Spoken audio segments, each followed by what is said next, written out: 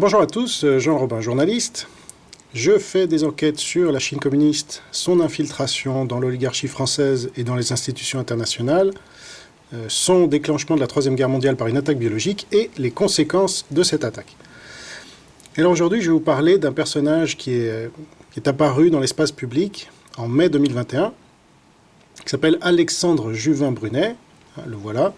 Alors je précise que je fais ces vidéos encore sous la forme audio, parce que je suis encore convalescent du virus du Parti communiste chinois, voilà. Et donc, je m'intéresse à son cas, à Alexandre Juvin-Brunet, parce qu'il a émergé depuis mai 2021 dans l'espace public, comme je vous le disais, de manière un peu rapide, et très relayé par d'abord les grands médias. Il est apparu d'abord sur CNews, et aussi les médias d'opposition contrôlés qui ont pris le relais. Donc, ça m'intéresse de savoir à qui j'ai affaire, et de vous en informer, puisque on est en guerre, donc il faut savoir à qui on a affaire. Donc rappelez-vous que tout ce que je vais dire est public, sourcé, vérifiable. Je travaille d'ailleurs comme ça depuis 16 ans, et ça suffit largement, j'ai pas besoin d'aller chercher dans les poubelles du gars sur lequel j'enquête, ses affaires de fesses ou autres, ça ne m'intéresse pas, je m'en tiens à ce qui est public. Rappelez-vous aussi que je ne suis financé que par mes souscripteurs et lecteurs depuis 16 ans, donc je suis totalement indépendant, ce qui m'a coûté très cher, parce que ça ne rapporte pas grand-chose, mais au moins je peux me regarder dans la glace, parce que je n'ai pas de conflit d'intérêts, contrairement à Alexandre Juvin-Brunet, comme nous allons le voir. Il y a un peu de vent ici en Polynésie, c'est le Malao, comme on l'appelle ici, donc ça dure plusieurs jours, et donc je ne peux pas attendre que ça tombe, je suis un peu obligé de le faire avec le vent. Bref, donc, comme je le disais, nous avons besoin de transparence et de confiance dans ces temps troublés. Et c'est pour ça que de plus en plus de gens me font confiance, c'est qu'ils savent que je ne suis financé que par mes souscripteurs et lecteurs. Alors maintenant, venons-en à Alexandre Juvin-Brunet. Donc c'est un ancien capitaine de gendarmerie. Il a été 8 ans dans la gendarmerie. Et son dernier poste, c'était à Toulon, au renseignement militaire, pendant 2 ans. Où, dit-il, il a pu servir la France dans ses missions de terrorisme, d'espionnage, de subversion, de sabotage et de crimes organisés, avant de démissionner en 2013. Alors ça, c'est un peu bizarre, les gens qui démissionnent comme ça. Il n'en a pas vraiment expliqué les raisons, d'ailleurs. Il disait qu'il était déçu. Bon. Quand c'est sa vraie vocation, normalement, on y reste. Mais si on passe dans la société civile, eh bien, on y reste aussi et on ne fait pas de politique. Et donc, il a été chef d'entreprise pendant 8 ans, mais là, depuis 1 an, il est revenu dans la politique. Et donc, ça pose question, évidemment. Parce que quand on a travaillé dans l'armée, et en particulier dans les services, eh bien, surtout 2 ans, on reste connecté à tous ces gens-là. Alors, je vais me poser la question avec vous, de savoir pour qui roule Alexandre Juvin-Brunet, qui a émergé un peu de nulle part et qui est relayé dans tous ces médias-là. Donc on va en parler de certains, je n'ai pas pu voir toutes ces interviews, parce qu'il en a accordé énormément. Mais voilà, c'est un phénomène qui est intéressant parce que, pour plein de raisons. Alors, le 11 mai 2021, c'est un peu son émergence médiatique, puisqu'il a été invité sur CNews dans l'émission de Pascal Praud pour dénoncer l'infiltration de l'armée par des islamistes. Donc il a publié une tribune où il le dénonce, et Pascal Praud le reçoit.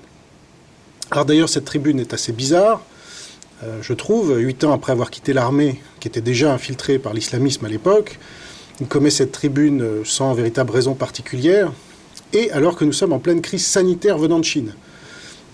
Donc on connaît un certain nombre de gens qui font diversion de la Chine communiste avec l'islam, c'est le cas de l'oligarchie, et notamment du clan Raffarin, LR, Juppé, Muselier, et tous ces gens-là. Donc on va voir que ça rejoint bizarrement les connexions publiques de M. Juvin-Brunet. Donc, bon, peut-être qu'il surfe sur cette vague d'anciens généraux qui ont alerté quelques mois auparavant sur le danger de guerre civile en France, alors qu'ils ont tous collaboré au système pendant toute leur carrière, mais lui prend leur défense, contrairement à moi. Moi, je les dénonce, ces gens-là, parce qu'ils ont collaboré à cette politique qui nous a menés là où nous en sommes aujourd'hui. Lui, il les défend, Picmal et compagnie. Bon.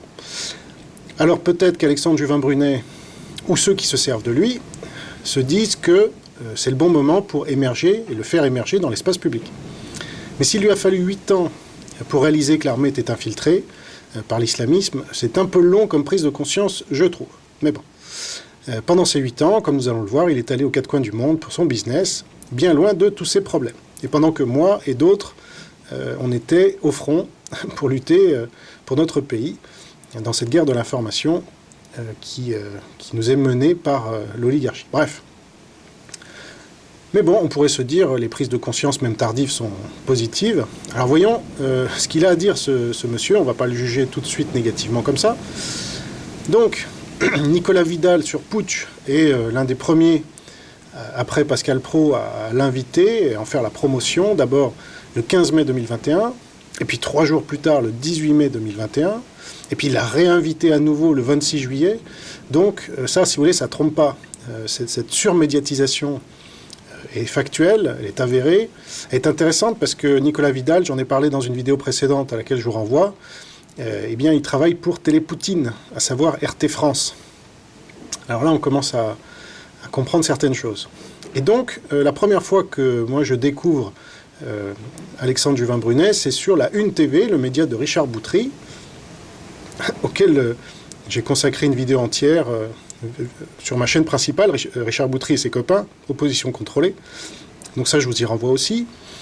Et donc, Alexandre Juvin-Brunet remet Richard Boutry à sa place à 2 reprises. Il lui reproche de ne pas être assez précis sur le grade d'un militaire interviewé et sur la fake news. Alors, vous voyez, le vent là, c'est quelque chose. Sur la fake news de Boutry à propos de la garde républicaine. Je ne rentre pas dans le détail, bref. Et donc, je pars plutôt positif sur ce gars-là. Je me dis, tiens, il remet en place Boutry. Voilà, parce que Boutry est un guignol, maintenant on le sait. Et donc, c'est plutôt bien. Mais ensuite, je regarde son interview du 26 juillet sur Putsch, par Nicolas Vidal, qui émarge sur Télépoutine, et qui ne m'a jamais invité, malgré mes propositions. Et là, je tombe de haut. Donc, le 27 juillet, le lendemain, je tweete « Je viens de voir l'interview d'Alexandre Juvin-Brunet sur Putsch. Il dénonce le Boston Consulting Group, McKinsey, donc les USA. Par contre, rien sur le Parti communiste chinois, infiniment plus responsable. Il parle pourtant d'infiltration. J'ignore encore si c'est par ignorance de mes enquêtes ou par idéologie. » Voilà un premier tweet que j'envoie. Et puis j'en ajoute un autre dans lequel je dis « J'ajoute que son appel à la fin de la vidéo à créer des comités de salut public, hein, c'est véridique, qui ont connu leur heure de gloire sous la grande terreur de Robespierre, n'est pas pour me rassurer outre mesure. » Et alors il m'a répondu, à ma grande surprise, parce que c'est vrai que je l'avais tagué, mais d'habitude les gens médiatiques ne répondent pas, alors lui il est peut-être médiatique depuis peu, donc il n'a pas encore cette morgue qu'ont la plupart des gens qui passent souvent dans les médias. Alors il m'a répondu, le Parti communiste chinois, êtes-vous sérieux? Alors là, ça commence très mal. Quant au comité de salut public, ils n'ont pas existé que sous la Révolution. Étymologiquement, nous devons sauver le peuple. Vous comptez vous y prendre à quelle heure au lieu de chercher à nous diviser? Donc, moi j'ai répondu à ça par un autre tweet. Mes craintes étaient fondées. Au lieu de chercher à comprendre pourquoi je parle du Parti communiste chinois comme ennemi principal pour lequel roule notre oligarchie, comme je l'ai démontré, ce capitaine à la retraite me prend de haut, croyant sans doute que son képi lui donne la science infuse. Et je ne croyais pas si bien dire, comme vous allez le voir. Parce que, en creusant un peu, on découvre donc qu'il dirige une entreprise qui utilise la reconnaissance faciale. Donc ça, c'est pas terrible. Quand on se veut défenseur du peuple et de sa vie privée déjà, eh bien, on ne développe pas ce genre de technologie. Alors, ça s'appelle Sniffy. Donc, je vous cite sa présentation. Sniffy fournit un tout nouveau réseau multisensoriel IoT, c'est-à-dire Internet of Things, permettant à tous les détaillants producteurs industriels de l'industrie alimentaire, des boissons et du divertissement de pousser la communication multisensorielle tout en tirant des données comportementales intelligentes collectées et traitées par un algorithme émotionnel. Donc ça, en d'autres termes, ça veut dire vous êtes fliqué. C'est normal de la part d'un ancien flic de vous fliquer. Mais venir ensuite se présenter comme le défenseur du peuple, et en parlant de comité de salut public, je trouve que c'est un peu fort de café, mais personne pour l'instant n'a osé lui demander, quand il l'interviewait, ou quand il discutait avec lui, pourquoi ça l'intéressait comme ça de fliquer les gens par une reconnaissance faciale, ce qui est plutôt le sport favori de nos élites, influencées qu'elles sont par leur maître de Pékin. Mais bon, là, par exemple, vous voyez le Sniffy Totem, qui fait donc la reconnaissance faciale, on le voit sur la photo de la dame, là. Et donc, pour cette technologie supra-innovante, il a été financé par Macron. Alors, ça, c'est pas terrible non plus comme résistance. Alors, c'était pas Macron en personne, vous imaginez bien, mais c'est son outil de financement qui s'appelle la BPI. Voilà, alors Startup Nation, Alexandre Juvin-Brunet est en plein dedans.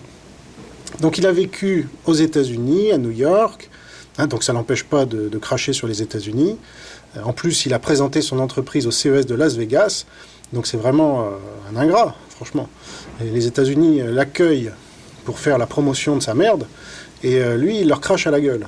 Ah, ça vient des États-Unis, le Boston Consulting Group, McKinsey, ou je sais pas ce qu'il racontait. Bon. Par contre, la Chine communiste, jamais un mot contre elle. Alors pourquoi ? On va le voir plus tard. Donc le 19 janvier 2018, Var-Matin, donc avant qu'il émerge dans l'espace public, Var-Matin indiquait qu'il avait été soutenu par la région PACA pour participer à un salon de Las Vegas, justement. Et là, vous le voyez avec Renaud Muselier, président de la région PACA, un des plus collabos du Parti communiste chinois, comme je l'ai bien démontré, parce que c'est la région là-bas, hein, les LR, ça pullule, c'est une région aux mains des LR. Donc c'est toute cette région, lui il est de Toulon, donc vous avez Marseille, vous avez Nice avec Estrosi, vous avez Cannes, vous avez tout ça. Et tout ça, ça travaille à fond avec le Parti communiste chinois. Alors c'est pas les seuls évidemment, mais c'est une des concentrations les plus importantes de toute la France, hein, donc difficile de passer à côté. Et puis, Sniffy, c'est quand même l'industrie du luxe, et donc là aussi c'est difficile de passer à côté de la Chine, j'y reviendrai. Donc avant Sniffy, il était à la tête d'un laboratoire de parfumerie, laboratoire Juvin-Brunet, et il a participé à cette occasion au Chinese Business Club. Ah, formidable. Donc là, vous le voyez, donc c'était en 2016. Et donc, il s'en est même vanté sur son Facebook, très fier. Donc là, on comprend mieux pourquoi il n'ose pas critiquer le Parti communiste chinois. Mais vous allez voir, ça va plus loin. Donc, le 9 août dernier, il était invité, donc là, il y a quelques jours, moi j'enregistre le 17, hein. Et donc, il y a une semaine, il était invité dans une discussion autour des présidentielles 2022, où on le présente comme potentiel candidat. Alors, je ne sais pas ce que ça vaut, et puis lui, il ne nie pas, mais bon, ça ne m'a pas l'air très sérieux. Bref, donc déjà, les présidentielles 2022, c'est un outil du système pour, comme je l'ai dit et répété, pour faire croire qu'on est en démocratie, et donc détourner de la véritable résistance. Mais bon. Alors voilà ce qu'il déclare notamment. Nos ennemis sont des personnes qui détiennent le capital. Donc ça, c'est un discours marxiste, déjà, au départ.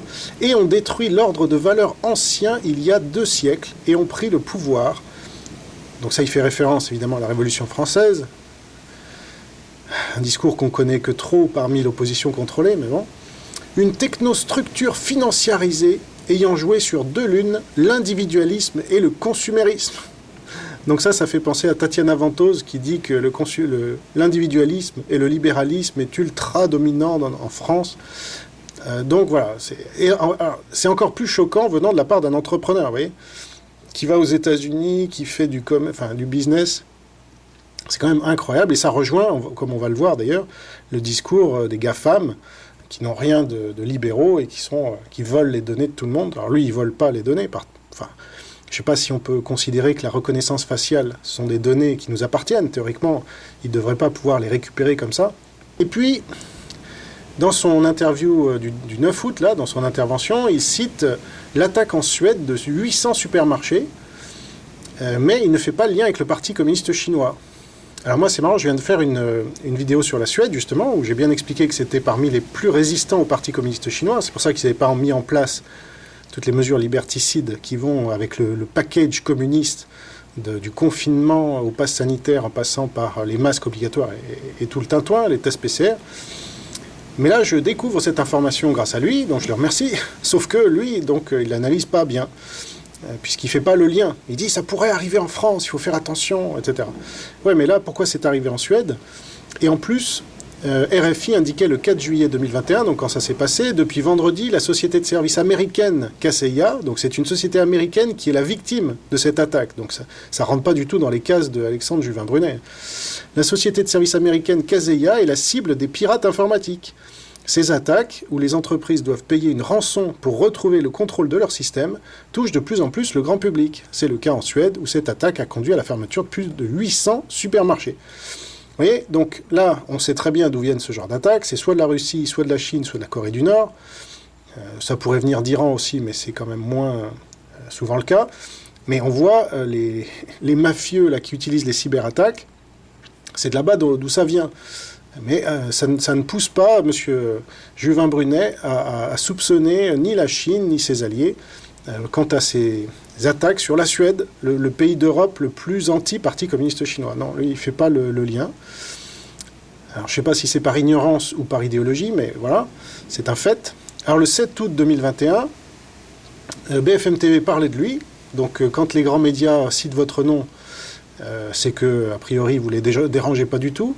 Et moi, ils ne citent jamais mon nom. Si vous regardez bien, même quand je suis allé sur le plateau de Canal+ pour dénoncer Didier Deschamps, il y a eu 10 millions de vues cumulées, aucun des 80 médias qui ont parlé de cet événement n'ont parlé de moi, n'ont cité mon nom, pour ne pas faire de pub, évidemment. Mais lui, ça ne dérange pas BFM TV de lui faire sa pub. Alors je cite à la tribune, Alexandre Juvin-Brunet, un ancien officier de gendarmerie devenu chef d'entreprise, les a harangués, drapeau bleu, blanc, rouge à la main. Et c'est comme quand on est invité par Pascal Praud sur CNews, on dérange personne. Alors, j'ajoute qu'il a 2 comptes Twitter, un ancien qui n'utilise plus mais que j'ai retrouvé, parce qu'il ne l'a pas supprimé, donc c'est dans le domaine public, et un nouveau, sur lequel il tient un discours plus conforme à ce qu'il veut faire passer aujourd'hui.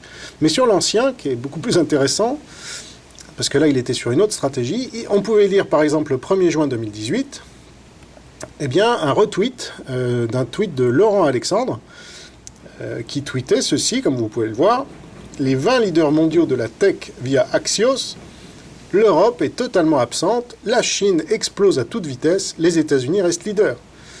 Voilà, donc un bon tweet de Laurent Alexandre qui fait quasiment l'apologie de la Chine. Et ça, notre ami Juvin-Brunet retweet. Bon, le 28 mai 2018, il relaie un article qui commence comme ça. Les GAFA nous ont promis cette année à Vivatech un monde meilleur sous l'impulsion du président de la République, Emmanuel Macron. Bon. Le 14 janvier 2018, il publie un autre tweet. Merci à toute l'équipe d'ADP présente au CES d'avoir instantanément saisi les synergies entre nos 2 entreprises. Donc je rappelle, il n'y a pas forcément de lien, mais c'est intéressant que le président d'ADP fait partie des membres du Paris Shanghai Club. Voilà. Donc moi j'ai quelques questions que je pose comme ça. Qui paie Alexandre Juvin-Brunet? Moi je vous ai dit qui me payait, ce sont mes souscripteurs et mes lecteurs que je remercie aujourd'hui. Et d'ailleurs si vous voulez souscrire pour me soutenir et me permettre de faire d'autres enquêtes comme celle-là, et puis bien d'autres, j'en suis à plus de 200 vidéos de 45 minutes sur l'influence et l'infiltration de la Chine communiste en France et dans le monde, eh bien vous avez mon Patreon que vous trouvez dans la description. Ou mes livres que vous trouvez sur Amazon. Mais Alexandre Juvin-Brunet, lui, comment est-ce qu'il gagne sa vie, Follow the money, c'est comme ça qu'on peut savoir quelles sont, a priori, ses intentions. Alors, eh bien, a priori, il est toujours patron de son entreprise.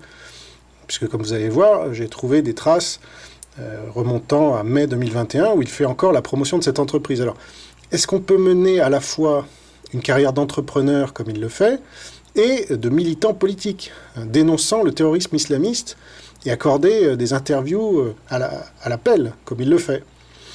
C'est une question que je pose. Donc le 25 mai 2021, donc quelques jours seulement après avoir lancé sa lettre sur l'armée infiltrée par les islamistes, il faisait la promotion de l'incubateur qu'il venait de rejoindre, avec son entreprise Sniffy. Alors je ne sais pas s'il venait de la rejoindre, en tout cas dont il fait partie. Alors cet incubateur appartient à un certain Bernard Magret. C'est un homme d'affaires bordelais, spécialiste en œnologie, qui est fondateur du groupe Bernard Magret. Et c'est un important propriétaire de grands vignobles internationaux. Il est surnommé l'homme aux 40 châteaux. Il possède en effet 43 vignobles répartis principalement à Bordeaux et dans 9 pays différents. Or, donc, voilà, Alexandre Juvin-Brunet est en affaire avec ce monsieur. Le problème, c'est que voilà, quand vous êtes... Moi, je suis dans aucun circuit, oui, je suis à 17 000 km de la métropole, donc ceux qui cherchent des liens, vous pouvez chercher longtemps. Mais quand on fait partie d'un système, quel qu'il soit, on en est dépendant. On ne peut pas faire ce qu'on veut, on ne peut pas dire ce qu'on veut, même si on voudrait dire la vérité, si on la connaît. Il y a parfois des choses qui nous en empêchent. Alors là, par exemple, ce lien avec Bernard Magret, c'est gênant parce que ce Bernard Magret en question a des liens avec la Chine. Alors je vous lis le 1er décembre 2017, Les Échos, l'offensive de Bernard Magret en Chine. Voilà. Le fondateur du groupe du même nom fait le pari que la Chine sera dans l'avenir le premier producteur de vin au monde. Et ça, c'est pas étonnant, puisque que ce soit dans le luxe, avec les LVMH, les Kering et tout ça, qui ont chacun 30% de leur chiffre d'affaires en Chine, eh bien, le vin et la grande cuisine, etc., ont beaucoup de liens avec la Chine communiste. Alain Ducasse est membre de la Fondation France-Chine, il a beaucoup d'affaires en Chine, c'est notre chef le plus étoilé. Voilà, donc à chaque fois, on tombe sur la Chine. Et donc, là, Bernard Magret ne fait pas exception. Donc je vous continue la lecture de l'article des Échos. L'homme aux 40 châteaux, comme on le surnomme, propriétaire de grands crus classés dans le Bordelais. On dirait que je suis sur un bateau en pleine tempête, mais c'est un peu ça. Château Pape Clément, Château Latour Carnet, Château Frombroge, Clos Haut Péraguet, et de multiples vignobles à travers le monde, s'intéresse depuis très longtemps à la Chine. Bernard Magret est en effet convaincu que l'avenir du vin se dessine là-bas. La Chine va devenir le premier producteur de vin au monde. Les Chinois plantent de la vigne sans arrêt sur des surfaces énormes. Il faut donc absolument être présent, affirme-t-il. Etc., etc. Et l'article conclut, pour assurer le développement commercial de cette aventure, Bernard Magret a recruté localement une équipe de collaborateurs chargée également de promouvoir tous ses vins de Shanghai à Hong Kong en passant par Pékin. Et donc rien ne se fait là-bas sans l'accord du Parti communiste chinois. Pour ceux qui suivent mes enquêtes, ils le savent très bien. Voilà, donc, et oui, l'article conclut, il est par ailleurs partenaire du milliardaire chinois Jack Ma, fondateur du site internet Alibaba en Chine, dont la plateforme digitale de luxe Tmall propose les vins de prestige du groupe français. Et Jack Ma, je viens d'en parler là, dans une vidéo récente, il est à la tête donc d'Alibaba, il est lui-même détenteur d'une carte au Parti communiste chinois. Il s'est fait méchamment taper sur les doigts parce qu'il avait critiqué les banques chinoises, mais il a plusieurs milliers d'agents du Parti communiste chinois dans son entreprise. Voilà, c'est comme ça que ça se passe. Donc c'est une entreprise qui appartient au Parti communiste chinois, et donc Bernard Magret, qui détient l'incubateur où se trouve Alexandre Juvin-Brunet, eh bien, est en affaire avec la Chine communiste. Donc là, on comprend peut-être un peu mieux le tweet d'Alexandre Juvin-Brunet en disant « Le PCC, vous n'êtes pas sérieux ». Non, je ne suis pas sérieux, moi, je suis factuel. Ce qui revient exactement au même, monsieur Juvin-Brunet, et moi, je n'ai pas de conflit d'intérêt. C'est ça la différence entre nous deux. Donc, le 25 juin 2019, Bernard Magret est invité de BFM TV sur Chine Echo, où il déclare notamment « Demain, c'est la Chine, tout le monde le sait désormais ». Voilà, faites-vous une raison, les gars. Et puis, le 2 avril 2020, Bernard Magret est interviewé dans le Figaro. Nous allons organiser notre propre campagne de vin primeur en Chine, aux États-Unis, en Angleterre. En pleine crise sanitaire, le Bordelais, propriétaire de 45 domaines dans le monde, évoque l'avenir de son entreprise et ses choix stratégiques. Aujourd'hui, dans ce contexte de crise sanitaire, le marché est-il à l'arrêt pour tout le monde ? Non. En Chine, notre activité est repartie à 95%, dit Bernard Magret. Pour le moment, nous livrons la Chine en petite quantité, mais il est certain que dans un mois, il sera à nouveau possible de livrer de nouveau à plein régime. Les affaires en Chine ne sont pas catastrophiques. Sur place, nous disposons de 11 personnes qui s'activent dans les principales villes. Les gens consomment. Fin de citation. Voilà.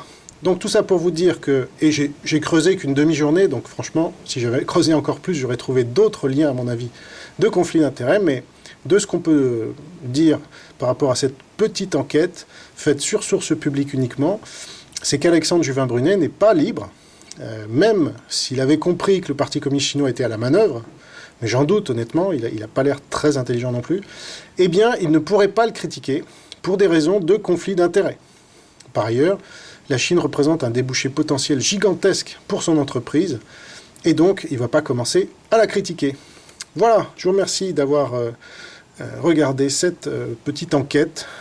Voilà, on sait désormais à qui on a affaire quand on entend Alexandre Juvin-Brunet, et aucun de ces guignols, de Mike Borowski à Nicolas Vidal, en passant par tous ceux qui l'ont reçu bouterie, non relever ces conflits d'intérêts gigantesques, parce qu'eux-mêmes s'en fichent pas mal de la Chine communiste. Souvent, ce sont des idiots utiles, comme celui qui bosse sur Télépoutine, là, franchement.